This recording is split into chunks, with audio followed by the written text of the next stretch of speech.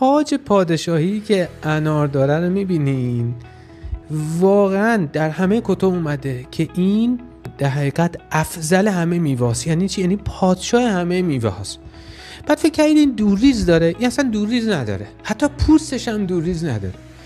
پوستشو خشک بکنید، کسانی که دچار بواسیر هستن، هموروئید دارن، 2 واحد پوست انار، 1 واحد سماق قهوه‌ای و 1 واحد مازو، این رو با هم دیگه سرجمش بشه مثلا بشه 30 گرم. خب این رو بجوشونن با 1 لیتر آب، بعد صافش بکنن، 1.5 لیتر آب ولرم بهش اضافه بکنن، لگن آبزن میکنن، یعنی بشینن داخلش به مدت 20 دقیقه. توی درمان بواسیر و هموروئید خیلی کمک میکنه.